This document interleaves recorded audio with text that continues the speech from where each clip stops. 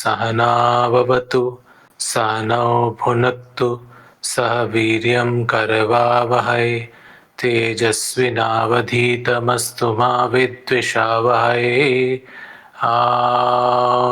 Shanti Shanti Shanti.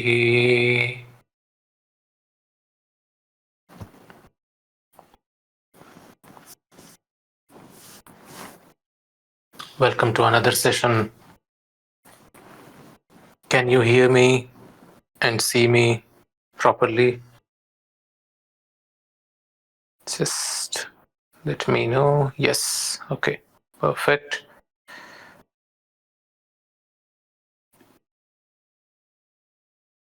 Yeah.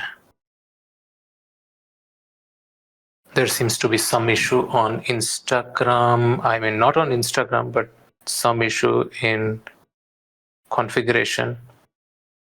It's not, we are not streaming live on Instagram today. Let me put my phone on airplane mode. That is fine. Let's just begin with our weekly sit, and then we'll see if we have any questions that we want to discuss. We can see afterwards. But let's begin with our sit.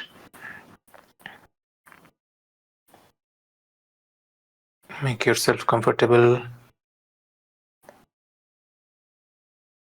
Make sure your spine is unsupported and straight. If you're sitting on floor or on bed, keep your legs crossed. If you're sitting on a chair, make sure your feet are flat on the ground and you scoop yourself to the front edge of the chair, making sure that your back is unsupported and straight, yet relaxed. Find your comfortable posture. Rock yourself sideways, front and back. Make yourself fully grounded. You can remove your specs. Close your eyes. Keep your hands on your thighs, palms open and facing upwards.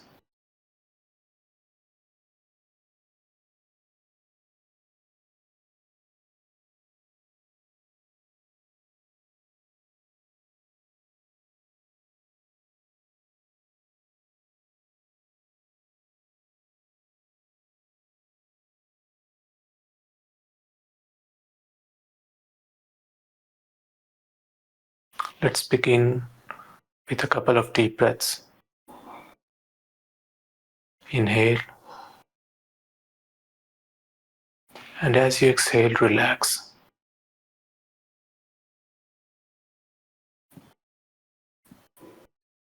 Inhale one more time. And as you exhale, relax even more.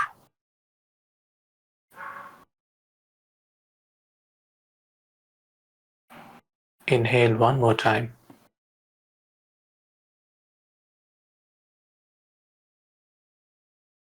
And as you exhale, relax completely into this one.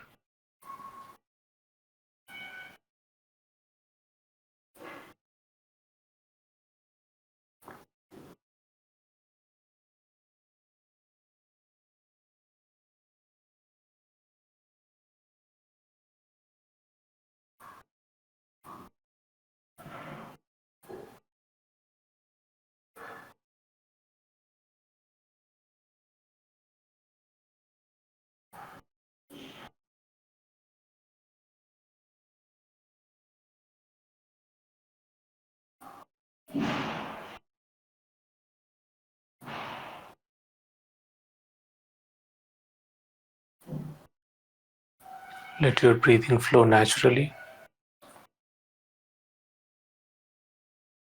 Simply observe.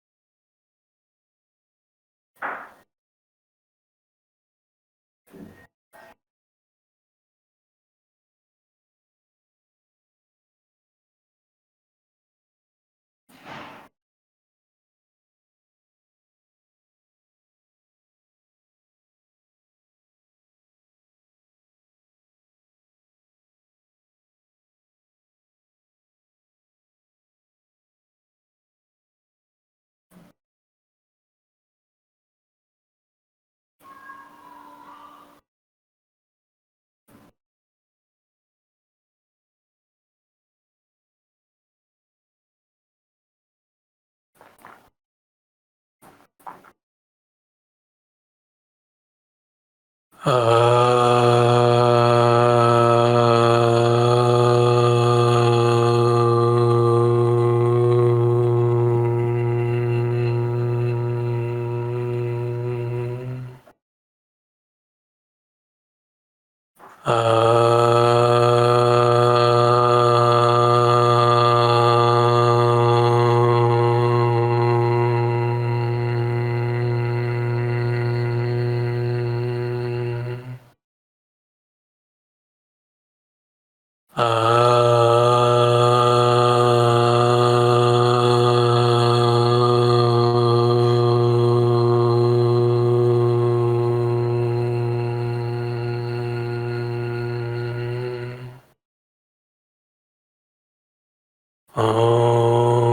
Survey bhavantu sukhinaḥ sarve santu niramayah sarve bhadrani pashyantu ma kaśyit dukkhapāg bhavet.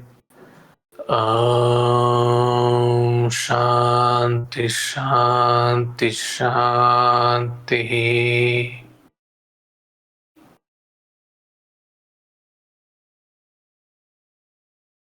Rub your palm against each other. Generate some warmth.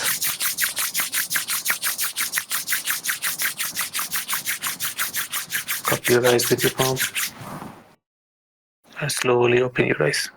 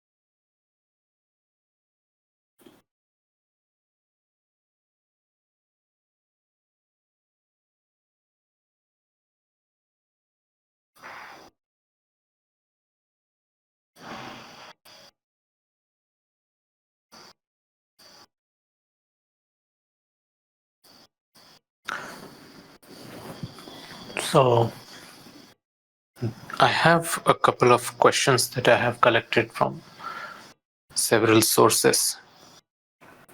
Some I received on my DM, some I received on my WhatsApp. So, I have like a list of questions with me, but let's look at two of them today. And then in subsequent sessions, we will look at the other questions, what they are and what the answers could be. So the first one that I have is someone has asked, why can't I stop overthinking no matter what I try? Why can't I stop overthinking no matter what I try? So no matter what I try, part of the question is there to help us know that the person has tried everything already, right? And when they have already tried everything, what else can we suggest to them? So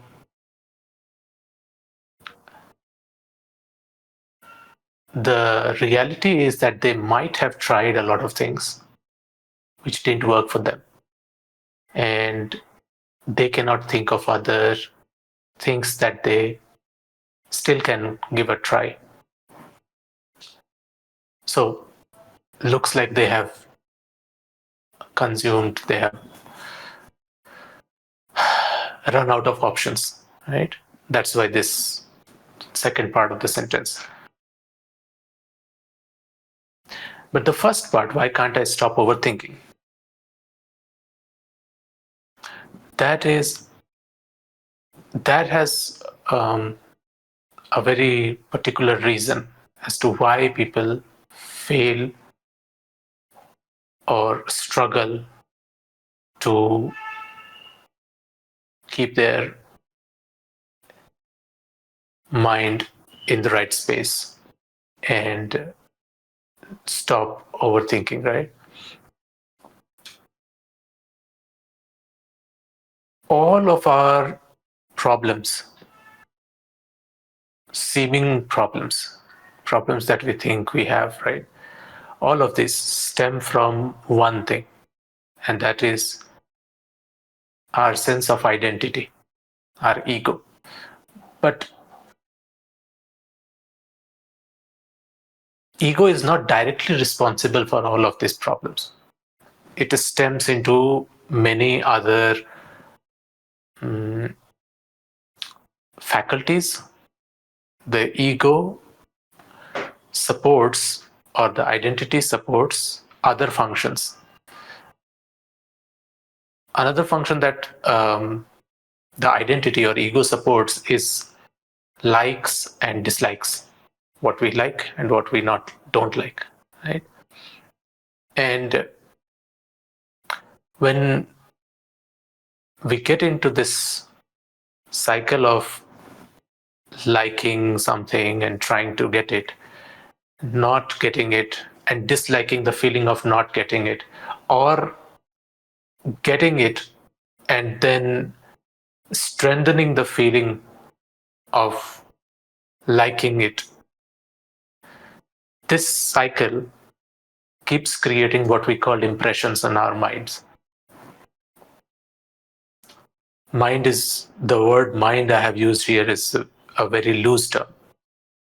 In actual Sanskrit literature, it has been divided into 4 categories, where manas, the thinking faculty, is one. Then there is chit, the ground of consciousness. Then there is buddhi, intellect. And then there is ahankar, or the I factor, the identity factor. So when we say samskar, or the impressions, when we loosely translate everything in English, we have to say that it creates impressions on our mind. But if we put it in actual scriptural language, it says, on chitta, these impressions or samskars are formed, not on the mind, not on the thinking faculty. So thinking faculty is a different thing, and where all of these impressions are stored is a different location. We can call it, say, synonymous to, say, memory. So this is responsible for all the thoughts that arise within you. And as long as this is there, impressions from past activities, past likes, dislikes, affection, disgust, all of this. Okay. As long as these impressions are there, they keep bubbling up in the form of thoughts. That is the reason why you cannot stop overthinking.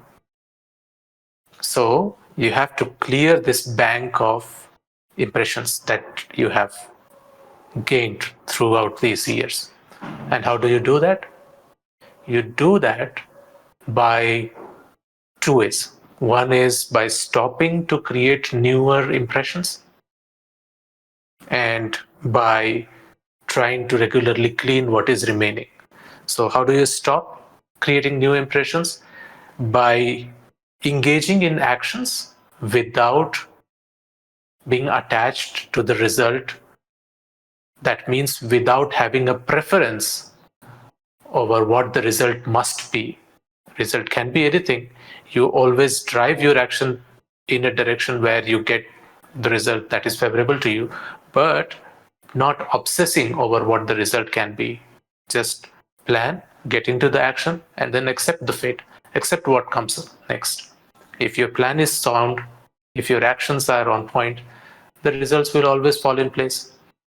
But not obsessing over result is how you stop creating new impressions. And how do you clean what is already there?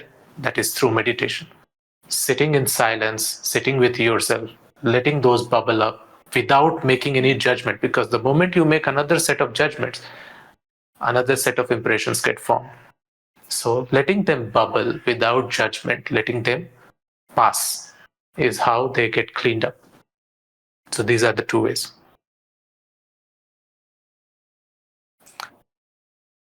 So that is the main reason why you can't stop overthinking. And no matter what you try, but drop that, because the longer you stay in the mindset that you have tried everything, you won't be able to give a fair try to any other method. So drop that part and try to establish yourself in karma yoga, which is engaging into actions without obsessing over results. I'm not saying without planning for the result, without, that would be doing action without any direction. Your actions should have some directions, right? But not obsessing over it means not, once the work is done, not keeping it in a replay mode, in a loop in your mind, obsessing over what did I do wrong, what did I do right, why did it not happen, why did this happen? It must have happened that way. I did everything right, not taking responsibility, just thinking about what the outcome should be, what the outcome should have been. Once something is done, once something is in the past, let it pass. Plan for the next step and then engage into that. That's karma yoga. That is what you have to try next. And then try to sit still, let this, whatever is coming up, bubble up, let it pass without judgment. And you will see, slowly, slowly, mind will settle, because that bank of impressions is slowly reduced. And then your sessions will be much more peaceful, I should say, or your day-to-day life will be more in line with how you want it to be, instead of you being pushed and pulled through unnecessary thoughts in whatever you do. That is something that you can try. Another one says, why do I feel empty even when my life looks perfect on paper?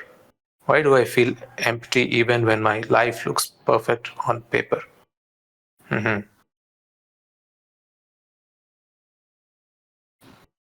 Why do I feel empty even when my life looks perfect on paper?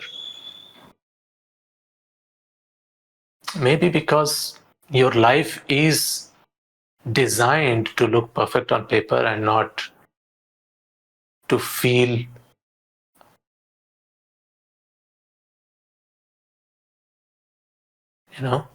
to feel, what should I say, wholesome, right? Maybe everything that you did so far was somehow a decision that was forced upon you by the society, by the conditioning that you should be doing this, you should be doing that, you should get good education, then should get a good job, and then have a nice family. It's not that all of those things are bad, but the question is, did you consciously choose all of those for yourself? If yes, then this difference of it looks perfect on paper but doesn't feel right shouldn't be there. When when you make decisions for yourself, you take responsibility of all the decisions that you make. You accept it in whichever direction it may turn out, you accept it fully, whatever be the outcome of it. We say this, that if the rules are yours, then it doesn't feel like burden. But if the rules are set by somebody else, then it feels like someone is trying to discipline you, someone is trying to force things onto you. And if that is what you are feeling, then maybe it's time to look at whose rules have you been following so far, and what are your rules? What are the rules by which you want to live? So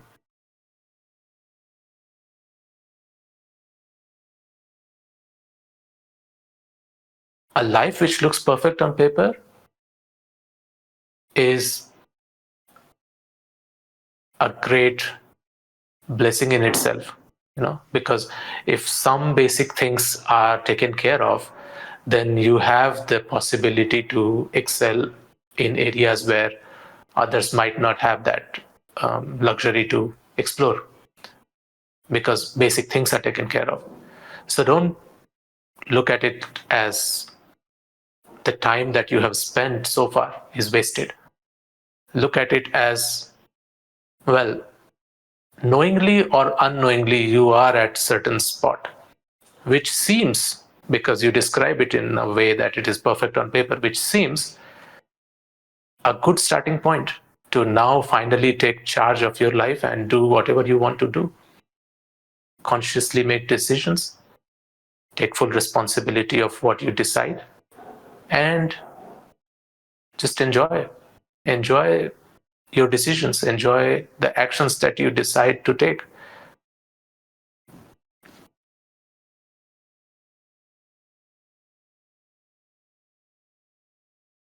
So there are more questions that I have here, but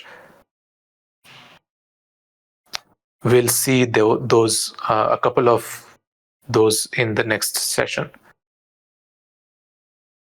Okay, so let's close this session with this, and thank you again for joining. I'll see you guys in the next session.